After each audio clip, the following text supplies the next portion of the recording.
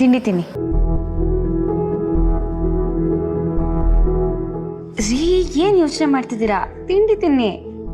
ಅಲ್ಲ ಚಿನ್ನು ಮರಿ, ಈಗ ನಮ್ಮನೆಗೆ ಬಂದ ವ್ಯಕ್ತಿ ಯಾರು? ಅವ್ರು ಮಾಸ್ಕ್ ಹಾಕೊಂಡು ಬೆಲ್ ಮಾಡಿ ಯಾಕೆ ಓಡ್ ಹೋದ? ಅವ್ನಿಗಿಲ್ಲಿ ಏನ್ ಕೆಲಸ? ರೀ, ಯಾಕೆ ಅಷ್ಟೊಂದು ತಲೆ ಕೆಡ್ಸ್ಕೊಳ್ತಾ ಇದ್ದೀರಾ? ಅದು ಅಲ್ಲದೆ ಅವನೇನ್ ಮನೆ ಒಳಗ್ ಬಂದ, ಬೇಲ್ ಮಾಡಿ ಅವನ್ ಪಾಡಿಗೆ ಅವ್ನು ವಾಪಸ್ ಹೋದ.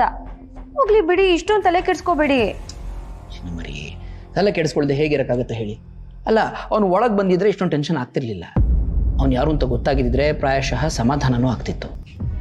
ಆದ್ರೆ ಅವನು ಯಾರು, ಯಾಕೆ ಇಲ್ಲಿಗೆ ಬಂದ ಅಂತ ಯೋಚನೆ ಮಾಡಿ ಮಾಡಿ ನನ್ನ ತಲೆ ಚಿಟ್ಟಿಡಿತಾ ಇದೆ. ಇಷ್ಟೊಂದು ಯೋಚನೆ ಮಾಡ್ತಿದ್ದೀರಾ, ಅದಕ್ಕೆ ಹೀಗಾಗ್ತಿದೆ. ನನ್ಗನ್ಸಿದೆ ಅವನು ದಾರಿ ತಪ್ಪಿ ಬಂದಿದ್ದಾನೆ ಅಂತ. ಇಲ್ಲಿ ಬಂದು ಬೆಲ್ ಮಾಡಿದ್ಮೇಲೆ ಗೊತ್ತಾಗಿದೆ ನಾನು ಬೇರೆ ಅಡ್ರೆಸ್ಸಿಗೆ ಬಂದಿದ್ದೀನಿ ಅಂತ. ಅದಕ್ಕೆ ಬೆಲ್ ಮಾಡಿ ಸೀದಾ ವಾಪಸ್ ಹೋಗಿದ್ದಾನೆ, ಅಷ್ಟೇ ಆಗಿರೋದು.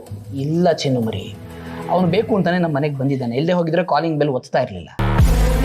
ಎಲ್ಲ ಮೂರನೇ ವ್ಯಕ್ತಿ ನಮ್ಮ ಜಗತ್ತಿಗೆ ಒಳಗೆ ಬರೆಯೋ ಪ್ರಯತ್ನ ಯಾಕೆ ಮಾಡ್ತಾ ಇದ್ದಾನೆ? ಇವ್ರು ಯಾರಿಗೂ ನಾವಿಬ್ರು ನೆಮ್ಮದಿಯಾಗಿರೋದು ಇಷ್ಟನೇ ಇಲ್ಲ ಅನ್ಸುತ್ತೆ. ಅದಕ್ಕೆ ಮತ್ತೆ ಮತ್ತೆ ಬರೋ ಪ್ರಯತ್ನ ಮಾಡ್ತಿರ್ತಾರೆ. ಅಯ್ಯೋ ರೀ, ನಿಜ ಏನು ಅಂತ ಗೊತ್ತಿಲ್ಲದೆ ನೀವೇ ಯಾಕೆ ವಿಷಯಗಳನ್ನ ಕಲ್ಪನೆ ಮಾಡ್ಕೊಳ್ತಾ ಇದ್ದೀರಾ? ಪ್ಲೀಸ್, ಇಷ್ಟೊಂದು ಯೋಚನೆ ಮಾಡಬೇಡಿ.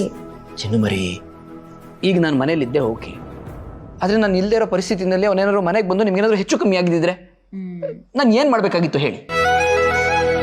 ನೀವು ನನ್ನ ಕಣ್ಣಿನ ರೆಪ್ಪೆ ಥರ ನೋಡ್ಕೊಳ್ತಾ ಇದ್ದೀರಲ್ವಾ, ನಿಂಗೆ ಏನಾಗುತ್ತೆ ಹೇಳಿ? ಹಾಗಾದರೆ ನಾನು 3 ಹೊತ್ತು ಇಲ್ಲೇ ನಿಮ್ಮ ಜೊತೆನೇ ಇರಬೇಕಾಗತ್ತೆ.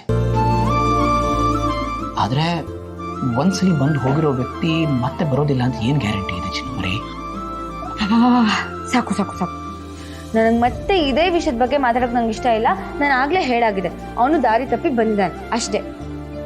ನೋಡಿ, ಮಾತಾಡ್ತಾ ಮಾತಾಡ್ತಾ ತಿಂಡಿ ಎಲ್ಲ ಆರೋಯ್ತು. ನಾನು ಹೋಗಿ ಬಿಸಿ ಮಾಡ್ಕೊಂಡು ಬರ್ತೀನಿ. ಇರಿ, ಬಿಸಿ ಬಿಸಿ ತಿಂಡಿ ತಿನ್ನೋರಂತೆ.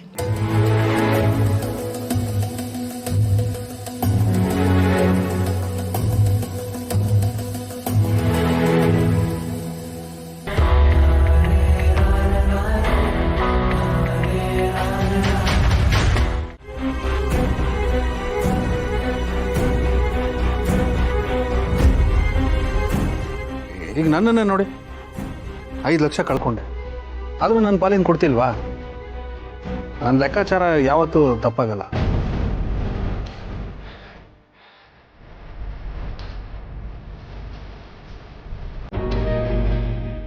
ಏನಿವತ್ತು ಬರೋ ದುಡ್ಡು ಕೊಡಬೇಕಾದ್ರೆ ಇಷ್ಟೊಂದು ಕಾನ್ಫಿಡೆಂಟ್ ಆಗಿದ್ದಾನಲ್ಲ, ಯಾವತ್ತು ಇಲ್ಲದೆ ಇರೋದು ಏನೋ ಇದೆ.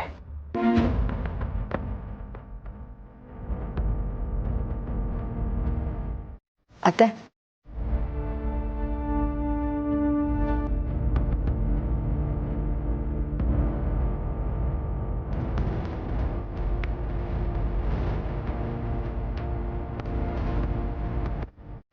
ಹರೀಶ, ಅತ್ತೆ, ಹರಿಪಾಲು ಅದರಲ್ಲೇ ಇದೆ. ಓ ಸರಿಮ್ಮ.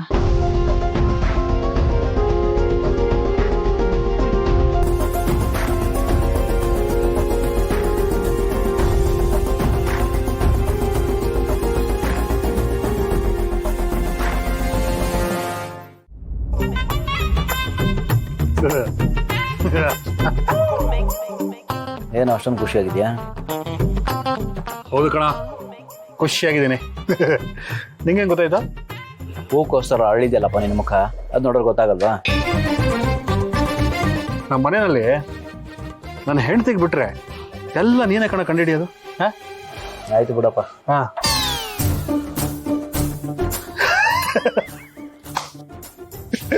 ನಗು ನಗು, ನಗದಿರ ಏನು ಮಾಡ್ತೀಯ?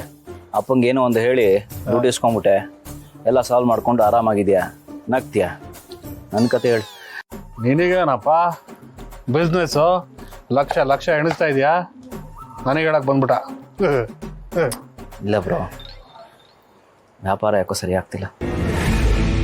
ಏನು ಹೇಳ್ತೀಯಾ? ಹೌದು ಕಣ,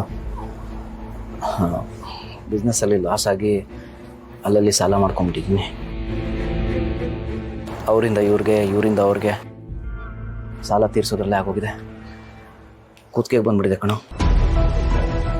ಏನೋ ಗಂಡ ಹೆಂಡತಿ ಇಬ್ಬರು ಬಿಸ್ನೆಸ್ ಅಂತ ದೊಡ್ಡ ಬಿಲ್ಡಪ್ ಕೊಡ್ತಿದ್ರೆ, ಈಗ ನೋಡಿದ್ರೆ ಸಾಲ ಮಾಡ್ಕೊಂಡಿದ್ದೀನಿ ಅಂತಿದೆಯಲ್ಲ? ಬ್ರೋ, ಆಗಿದ್ದಾಗೋಯ್ತು, ಏನು ಮಾಡೋದು? ಅದಕ್ಕೊಂದು ಸೊಲ್ಯೂಷನ್ ಕೊಡೋ.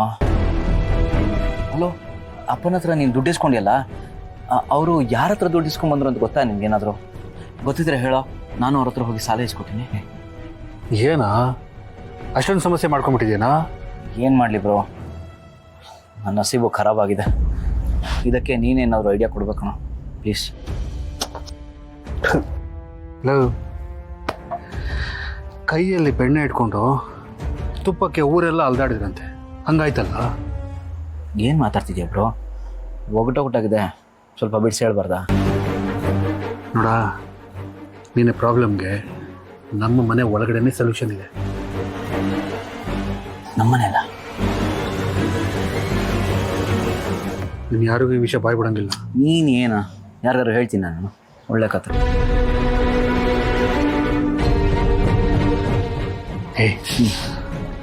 ಅಪ್ಪಂದು ರಿಟೈರ್ಮೆಂಟ್ ಆಗಿದ್ದು ಸೆಟ್ಲ್ಮೆಂಟ್ ದುಡ್ಡು ಆಗಲೇ ಬಂದ್ಬಿಟ್ಟಿದೆ. 25 ಲಕ್ಷ ಬಂದಿದೆ ಕಣೋ. ಲಕ್ಷ್ಮಿ ನಮ್ಮ ಮನೇಲಿ ತಾಂಡವಾಡ್ತಿದ್ದಾಳೆ. ಬ್ರೋ, ಬಂದಿರೋ ವಿಷಯ ಅಪ್ಪ ನಮ್ಗೆ ಯಾರಿಗೂ ಹೇಳೇ ಇಲ್ಲ. ಅವ್ರು ಯಾಕೆ ನಮಗೆ ಹೇಳ್ತಾರೆ? ನಮಗೆ ಗೊತ್ತಾಗಿದೆ ತಾನೇ ವಿಷಯ. ನಾನು ಪ್ಲ್ಯಾನ್ ಮಾಡಿ 5 ಲಕ್ಷ ಕಿತ್ಕೊಂಡೆ. ನೀನು ಏನಾದ್ರು ದಾರಿ ಹುಡುಕಿ ಕಿತ್ಕೋ.